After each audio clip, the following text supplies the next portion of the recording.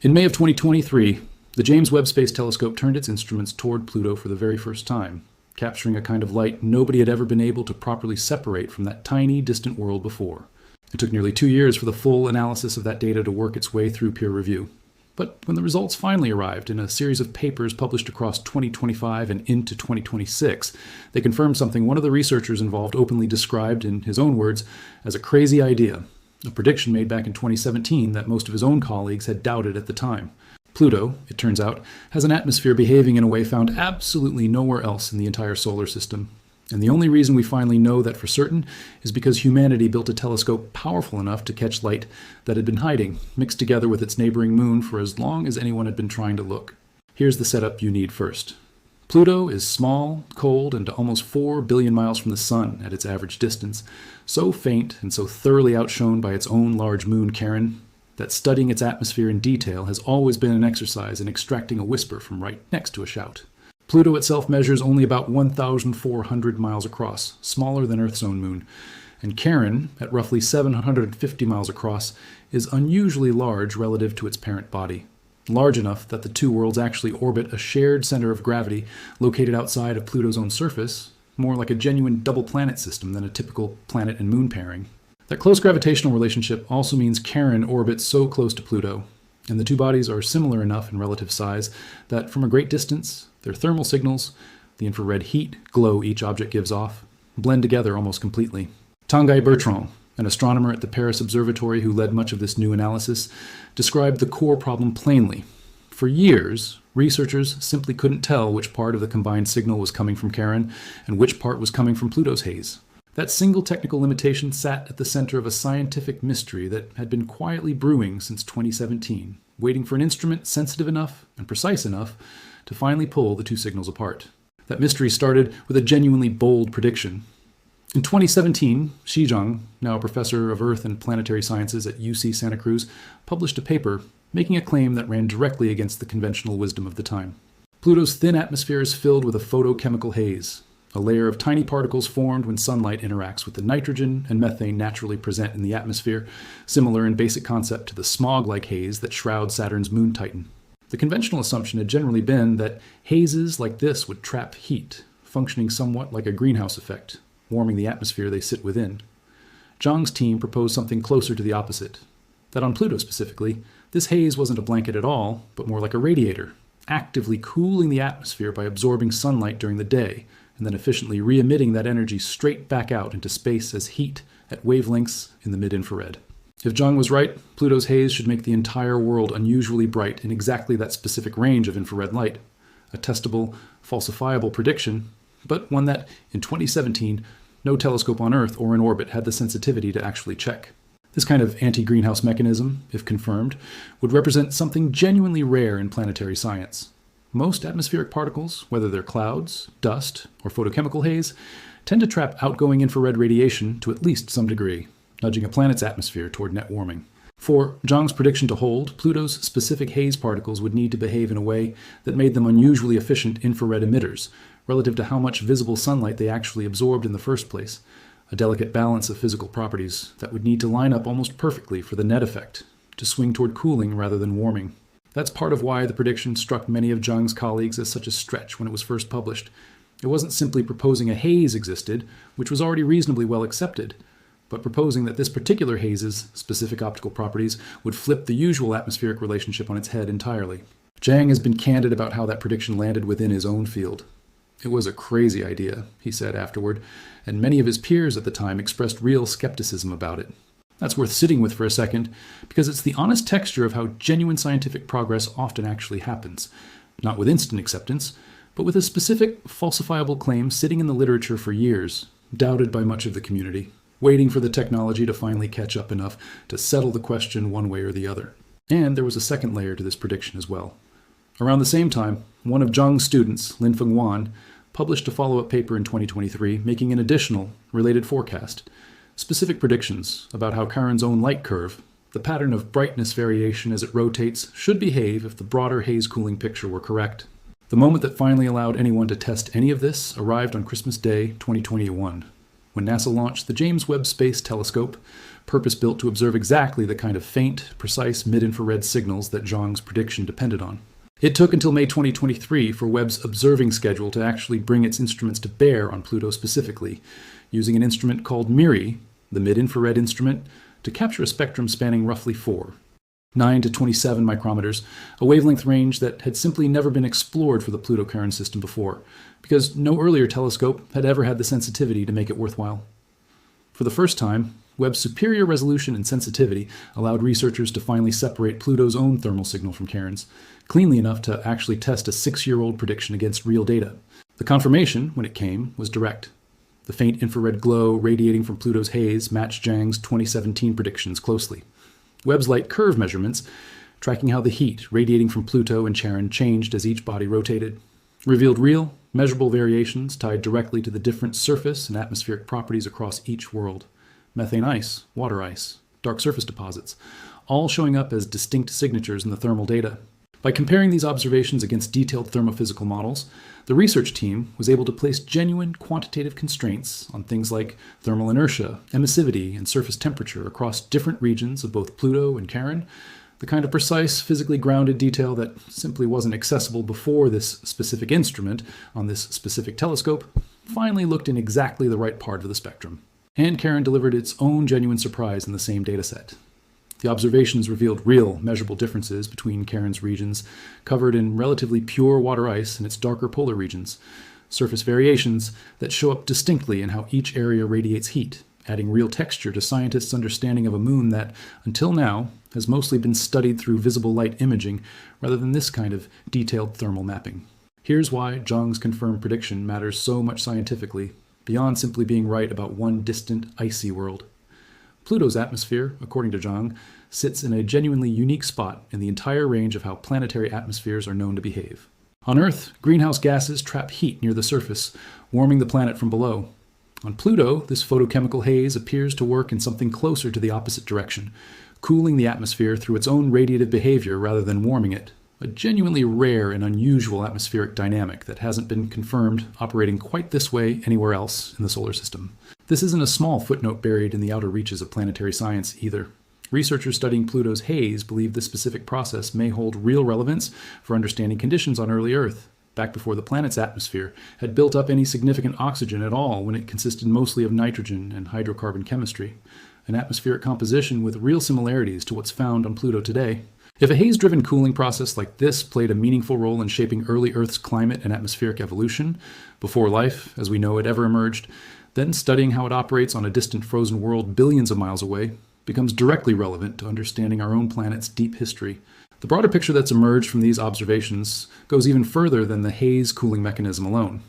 Webb's data has revealed dramatic phenomena across Pluto that researchers describe as genuinely dynamic rather than static and frozen in place. Seasonal cycles of volatile ice redistribution moving across Pluto's surface as different regions warm and cool throughout its extremely long orbital year. A single Pluto year lasts roughly 248 Earth years, meaning any given season on Pluto stretches across multiple decades, far longer than any single human research career, let alone any single spacecraft mission. That timescale alone makes Webb's ability to capture even a narrow snapshot of this seasonal ice cycle genuinely valuable, since no observatory has been actively studying Pluto in this kind of detail for anywhere close to the full length of even one of its seasons. And there's an especially eerie, genuinely unique interaction in which material is actively pulled directly from Pluto's thin atmosphere onto the surface of Charon, an atmospheric transfer between a planet and its moon that doesn't appear to happen anywhere else in the solar system in quite this way. Pluto and Charon are close enough and gravitationally intertwined enough that Charon effectively siphons off a portion of whatever thin atmosphere Pluto manages to hold onto, creating a genuinely strange planetary relationship unlike any other pairing of world and moon that astronomers have directly observed and measured. Some of Charon's reddish polar coloring, long visible even in New Horizons' original 2015 imagery, is now understood to be connected to exactly this process. Atmospheric material escaping Pluto, drifting across the gap between the two worlds, and settling onto Charon's surface, where it undergoes further chemical transformation under the influence of sunlight and radiation. There's an additional discovery buried in the same body of Webb data that adds yet another layer of genuine mystery to the story, one that only came to light through further analysis published as recently as mid-2026. Researchers studying Webb's observations of Saturn's moon Titan noticed a distinctive absorption signature in the spectral data at a wavelength of about 113 micrometers, evidence of some kind of chemical substance on Titan's surface that scientists haven't yet been able to definitively identify. To confirm that this signal genuinely originated from Titan's actual surface, rather than simply being an artifact of light passing through its thick atmosphere, the researchers compared the spectrum measured at the center of Titan's visible disk against the spectrum measured near its edges. If the absorption were purely atmospheric, it should have appeared stronger near the edges, where any given ray of light has to pass through a greater total thickness of atmospheric gas to reach the telescope. Instead, the team found the opposite pattern. The signal was measurably weaker near the edges, strongly suggesting the absorption really is coming from material sitting directly on Titan's surface, rather than from gas in its atmosphere. That kind of geometric cross-check, comparing the center of a disk against its edge to distinguish surface signals from atmospheric ones, is a genuinely clever technique, and it's the same basic logical approach astronomers use across many different kinds of planetary spectroscopy whenever they need to figure out exactly which layer of a world a given signal is actually coming from. That alone would already be an interesting if narrow finding about one moon's surface chemistry. But then the same research team went back and checked Webb's earlier May 2023 data on Pluto specifically, and found, to their own genuine surprise, the exact same absorption feature at that same 113 micrometer wavelength, showing up on a completely different world, nearly 1 billion miles farther from the Sun than Titan, under very different temperature and chemical conditions. The signal on Pluto wasn't identical in every respect. It appeared roughly 3 times wider than the equivalent absorption feature measured on Titan, even though the overall depth of the signal, how strongly it absorbed light at that wavelength, came out similar between the two worlds, in the range of 4 to 5%. Whatever specific substance is responsible for that shared spectral signature remains, as of the most recent published analysis, still unidentified. Researchers know it's there, know it's present on 2 very different icy worlds, and know it's showing up in a genuinely unexpected way, but haven't yet nailed down precisely what chemical compound is actually producing it. Consider just how strange that finding really is once you sit with it. Titan and Pluto are separated by roughly 1 billion miles of space, orbit under wildly different temperature and pressure conditions,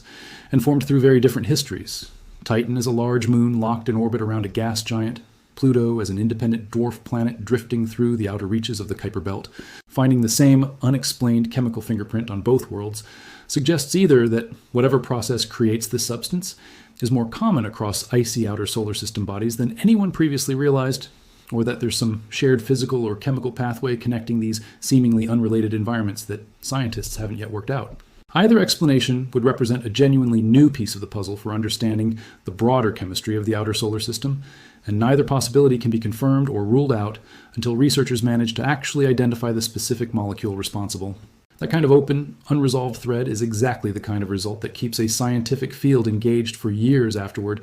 and it's a useful thing to understand about how this entire story is unfolding in real time. Webb didn't just confirm one old prediction and then close the book on Pluto. It opened up genuinely new, unanswered questions in the very same batch of data that resolved the older one. Scientists studying Pluto's haze are already discussing, in the wake of these confirmed 2025 results, the feasibility of eventually sending a dedicated orbital mission to study these phenomena at much closer range than any flyby, including Voyager or New Horizons, was ever capable of achieving. And Webb itself isn't finished with this corner of the solar system either. The telescope is expected to continue observing Pluto alongside other Kuiper Belt objects, specifically searching for similar chemical or atmospheric patterns that could either confirm or challenge the theories these first observations have already put forward. It's worth pausing to appreciate just how difficult it genuinely was to get to this point, because the technical challenge here wasn't trivial or accidental. Pluto sits so far from the Sun and reflects and emits so little light by the time it reaches any telescope on or near Earth that separating its faint signal from Charon's required both an enormous leap in raw instrument sensitivity and an extremely careful, deliberate observational strategy, precisely timing and positioning Webb's observations to maximize the chance of pulling the two worlds' overlapping signals apart cleanly. This is a genuinely different kind of astronomical achievement than, say, photographing a bright, distant galaxy, where the challenge is largely about reaching backward across vast cosmic distances and time. Studying Pluto's haze required something closer to threading a needle, resolving an extremely faint, extremely specific signal, sitting immediately next to another nearly identical faint signal from Charon, at a distance where even Pluto's own reflected sunlight is a tiny fraction of what Earth receives. There's also something genuinely satisfying from a scientific storytelling perspective in how directly this result traces back to one specific person's willingness to publish a prediction that much of the field doubted. Zhang's 2017 paper didn't get quietly forgotten or buried once the initial skepticism settled in. It sat in the published literature, fully falsifiable, specific enough that any sufficiently advanced telescope could eventually test it directly. And when that telescope finally arrived and finally pointed in the right direction at the right wavelength, the prediction held up. That's really the core structure of how good science is supposed to work. Not vague speculation dressed up as certainty, but a specific testable claim made years in advance of the technology that could actually verify it, surviving genuine skepticism from working colleagues and eventually getting confirmed by real, independently collected data, rather than by argument or consensus alone. It's also worth remembering just how recently humanity got its first real, detailed look at Pluto at all, because it puts this entire Webb story in useful context. Before NASA's New Horizons spacecraft flew past Pluto in July 2015, after a 9.5-year journey across the solar system, essentially everything we knew about the dwarf planet came from blurry, low-resolution telescope observations and educated guesswork. Even the Hubble Space Telescope, powerful as it is, could only resolve Pluto as a handful of fuzzy, indistinct pixels, enough to detect broad surface brightness variations, but nowhere near enough to make out actual geological features. New Horizons gave humanity its first genuinely close-up look at Pluto's surface, revealing towering mountains of water ice, a heart-shaped plain of nitrogen ice now known as Sputnik Planitia, and clear evidence of a hazy, layered atmosphere visible in backlit images taken as the spacecraft looked back toward the sun after its flyby. Images that, at the time, showed the haze extending in visible, stacked layers far higher above Pluto's surface than most scientists had expected going into the encounter. That 2015 encounter is what first gave scientists like Zhang the raw observational basis to even begin theorizing about how Pluto's atmospheric haze might behave thermally in the first place. Webb's 2023 observations, and the papers that followed through 2025 and into 2026, represent the next major leap forward from that same starting point, moving from simply seeing that Pluto has a hazy atmosphere to actually measuring, in precise, quantitative detail, how that haze behaves thermally and what role it plays in shaping the world's climate. It's a genuinely fitting continuation of Pluto's own scientific story, in a way. This is a world that spent decades known only as a fuzzy point of light, reclassified from planet to dwarf planet in 2006, the same year New Horizons launched toward it, then transformed almost overnight in 2015 into one of the most visually stunning, geologically complex bodies ever photographed up close. Now, a full decade later, it's become something else again. Not just a place with interesting surface geology, but a genuine natural laboratory for studying an atmospheric process, haze-driven radiative cooling, that may have real relevance for understanding the deep history of Earth's own atmosphere billions of years before anything resembling modern life ever emerged here. Very few worlds in the solar system have undergone quite that dramatic an arc, from barely resolved smudge to detailed geological subject to genuine atmospheric physics laboratory, across less than a generation of scientific study. So here's the honest version of "this shouldn't be possible," and it's a genuinely accurate way to describe what happened without needing any exaggeration at all. A theoretical prediction that ran against conventional expectations, doubted by much of the scientific community when it was first proposed, sat unconfirmed for 6 years because no instrument on Earth or in space had the raw sensitivity to test it. Then a telescope, specifically engineered to catch exactly that kind of faint, precise infrared signal, finally turned its attention toward one of the smallest, coldest, most distant worlds in our solar system, and confirmed that Pluto's atmosphere really does behave in a way found nowhere else among the planets and moons we've ever studied, cooling itself through its own haze rather than being warmed by it, in a genuine departure from the greenhouse-style behavior most planetary atmospheres display. And in the process of confirming that one specific prediction, the same data quietly handed researchers an entirely new unsolved mystery, an unidentified chemical signature, shared between Pluto and Titan, two worlds separated by roughly 1 billion miles and very different physical conditions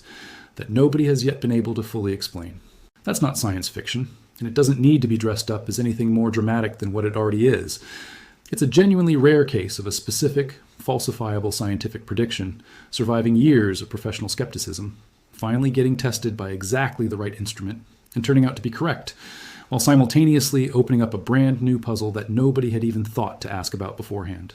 There's a broader pattern worth noticing here too, one that shows up again and again across the story of Webb's early years of operation. A telescope engineered primarily to peer across billions of light years at the earliest galaxies in the universe has, almost as a side benefit, also turned out to be extraordinarily good at resolving fine detail on faint, tiny, nearby targets that previous instruments simply couldn't separate from their neighbors. The same raw sensitivity and precision that lets Webb detect chemical signatures in the atmosphere of a planet orbiting a distant star, or measure the age of an ancient interstellar comet passing briefly through our own solar system, turns out to be exactly what was needed to finally pull Pluto's whisper-faint thermal signal apart from Charon's, after decades of every other available instrument simply not being sharp enough to manage it. That versatility is easy to overlook amid headlines about distant galaxies and early universe cosmology, but stories like this one are a genuine reminder that some of Webb's most satisfying results are happening right here in our own solar system, on worlds humanity has known about for nearly a century, simply because nobody before now had the right tool to actually look closely enough. If you want to check any of this yourself, the primary results are published in Astronomy and Astrophysics from April 2025 and in Nature Astronomy from June 2025, led by Tanguy Bertrand and collaborators at the Paris Observatory, CNRS, and the University of Reims, Champaign-Ardenne, building directly on the original 2017 theoretical prediction from Xi Zhang at UC Santa Cruz and the 2023 follow-up work from his student Linfeng Wan. The Titan and Pluto shared absorption finding comes from further analysis of the same 2023 Webb dataset published in 2026. All of it public, all of it citable, all of it the product of real scientists testing a real specific idea against real data, patiently across years, until a telescope finally existed that was capable of settling the question. Subscribe if you want more of these stories told the way they actually happened. Because it turns out, once you actually follow a real scientific prediction from its first skeptical reception all the way to its eventual confirmation, the true story ends up being just as satisfying as any invented headline could ever promise, and considerably more interesting once you understand exactly why it took this long, and this much precision, to finally prove somebody right.